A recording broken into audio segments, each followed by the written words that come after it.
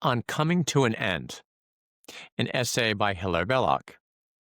It was first published in a book in 1908 called On Nothing and Kindred Subjects. So, on coming to an end. Of all the simple actions in the world, of all the simple actions in the world, one would think it could be done with less effort than the heaving of a sigh. Well, then one would be wrong. There is no case of coming to an end, but has about it something of an effort and a jerk, as though nature abhorred it, and though it be true that some achieve a quiet and a perfect end to one thing or another, as for instance to life, yet this achievement is not arrived at save through the utmost toil, and consequent upon the most persevering and exquisite art. Now you can say that this may be true of sentient things, but not of things inanimate.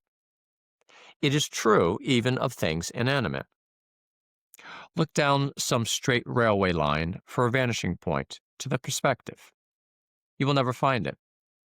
Or try to mark the moment when a small target becomes invisible. There is no gradation. A moment it was there, and you missed it, possibly because the authorities were not going in for journalism that day and had not chosen a dead calm with the light full on the canvas.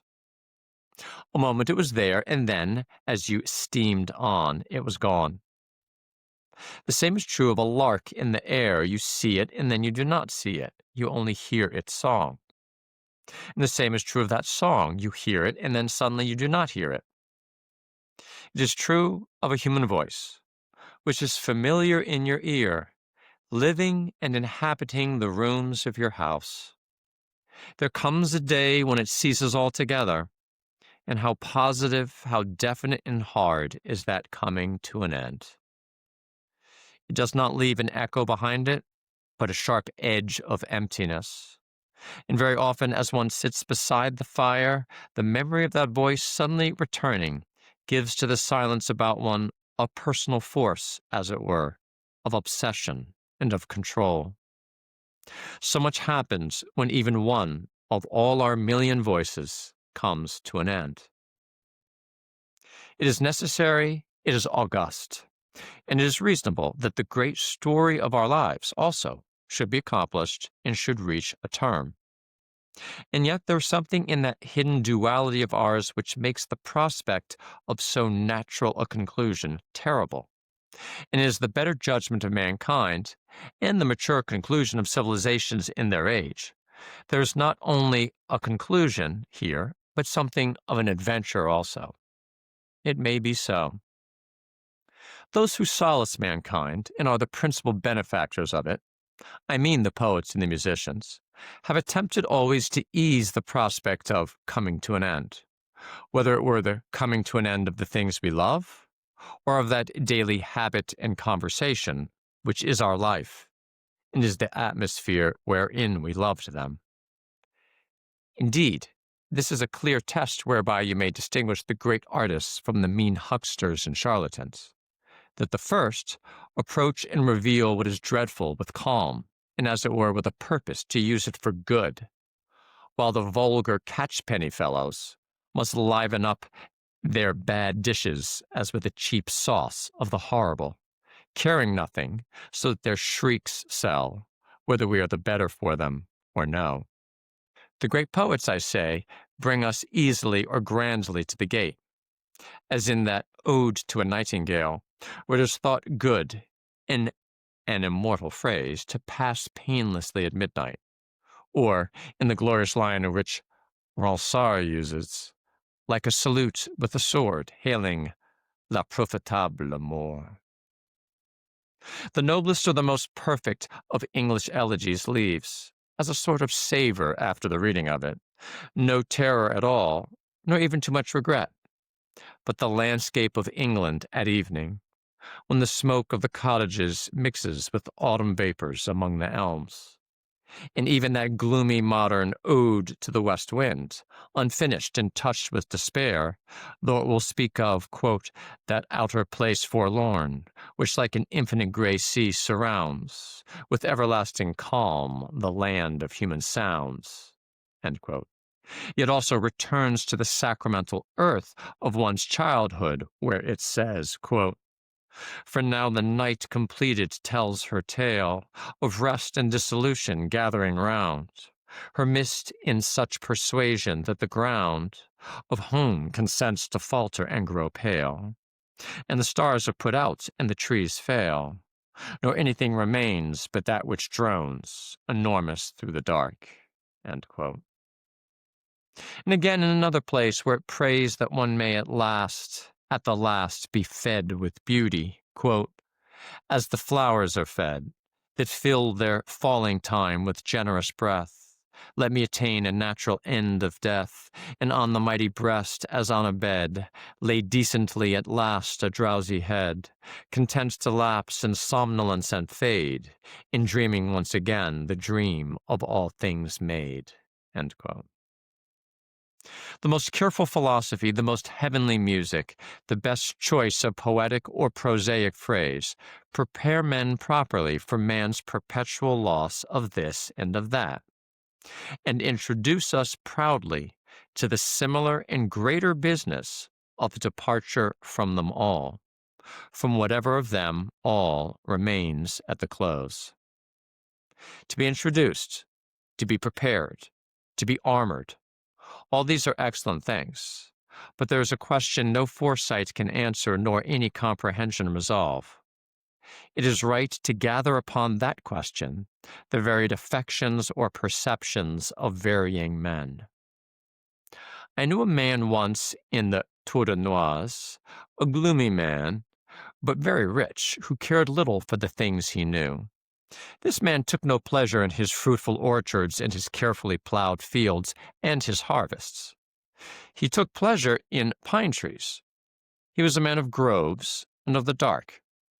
For him, the things should come to an end was but part of an universal rhythm, a part pleasing to the general harmony, and making in the music of the world about him a solemn and, a conclusive chord. This man would study the sky at night and take from it a larger and a larger draught of infinitude, finding in this exercise not a mere satisfaction, but an object and goal for the mind. When he had so wandered for a while under the night, he seemed for the moment to have reached the object of his being. I knew another man in the Weald who worked with his hands and was always kind and knew his trade well. He smiled when he talked of scythes, and he could thatch. He could fish also, and he knew about grafting, and about the seasons of plants, and birds, and the way of seed. He had a face full of weather. He fatigued his body. He watched his land. He would not talk much of mysteries. He would rather hum songs. He loved new friends and old. He had lived with one wife for 50 years, and he had 5 children, who were a policeman, a schoolmistress, a son at home, and 2 who were sailors. This man said that what a man did, and the life in which he did it, was like the farm work upon a summer's day. He said one works a little and rests, and works a little again, and one drinks, and there is a perpetual talk with those about one.